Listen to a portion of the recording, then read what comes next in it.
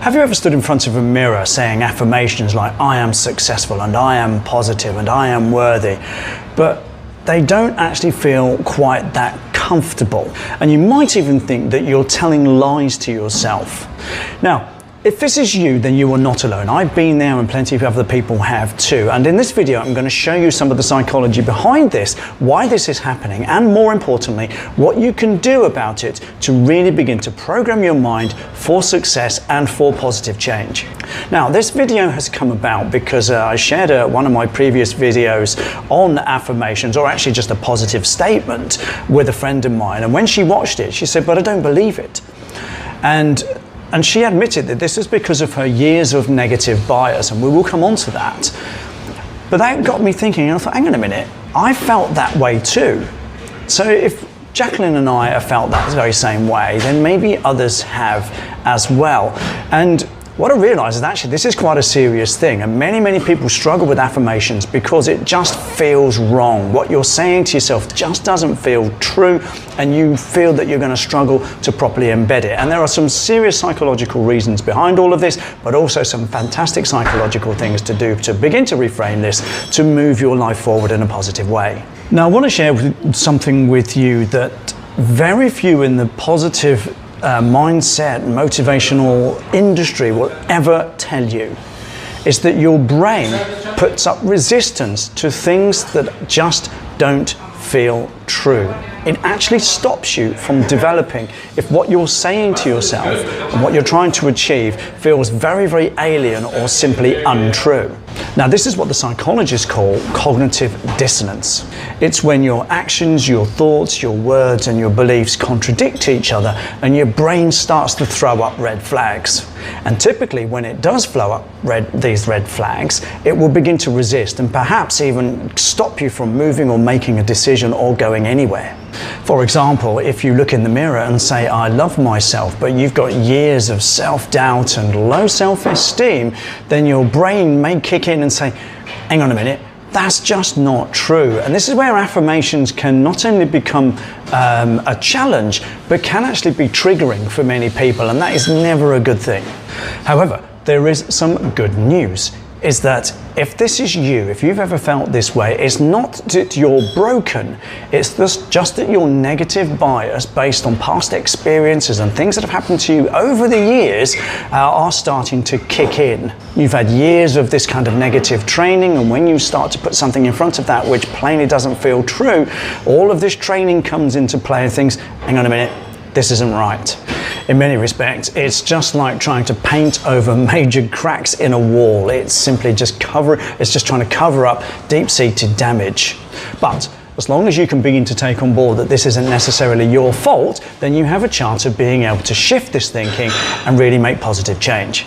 You're not broken, it's just that your brain is trying to protect you from things that are unrealistic or risky.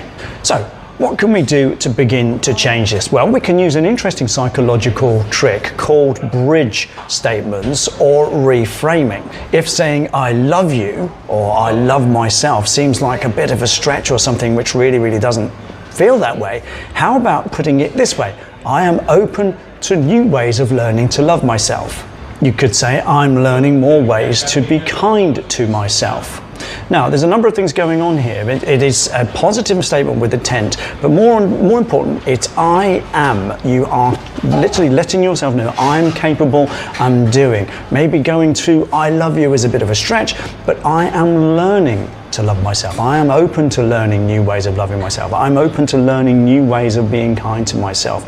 I am working on being kinder to myself. What that does, it doesn't fly in the face of what you fundamentally believe. It's just a gentle way of introducing yourself to the phrase kind to myself, love myself. And the brain will not necessarily jar against this, and you're beginning to undermine those negative thoughts. Because ultimately that's what we're trying to do. We're trying to undermine negative bias. That cognitive dissonance which speaks so loudly when you make bold statements is now being sideswiped. It's literally you're saying I am learning, I am becoming, I am working out my way, I am learning to be, whatever it is that you're trying to achieve. The cognitive dissonance doesn't have anywhere to go here because you're not putting a confronting statement right in front of it. And according to a research by psychologist Claude Steele, is when you begin reframing your thoughts in this particular fashion, you build up more resilience, more openness to change, and it's also a faster route to a positive improvement in your mindset. And it's also a less defensive and confrontational way of beginning to shift the way you think towards more positive things.